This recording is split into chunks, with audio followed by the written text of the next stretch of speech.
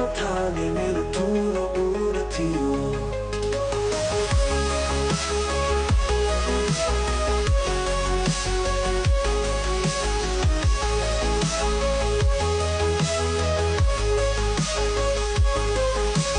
ठुलो पोखिदिए खुसीहरू उनको सामु, खुसीले छोडिदिए बदलनको सुर थियो।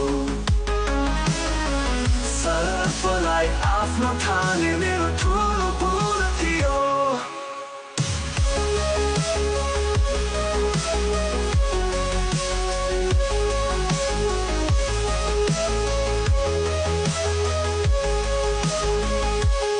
खुम्चेको थियो छातीभित्र वैमनस्यता बास गर्यो। यस्तो लाग्यो भित्र त दुश्मनीको हुल थियो। सर्पलाई आफ्नो ठाने मेरो ठुलो बुढो थियो।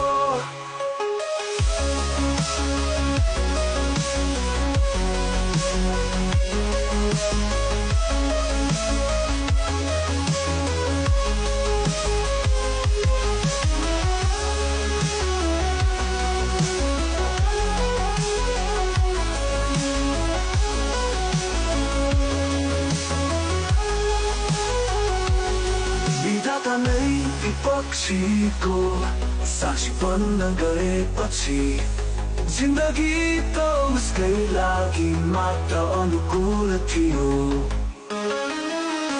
सर्पलाई आफ्नो ठाने मेरो ठुलो बुढो थियो। पत्थरले हाने पनि सोचे कुनै फुल, सर्पलाई आफ्नो ठाने मेरो ठुलो बुढो थियो।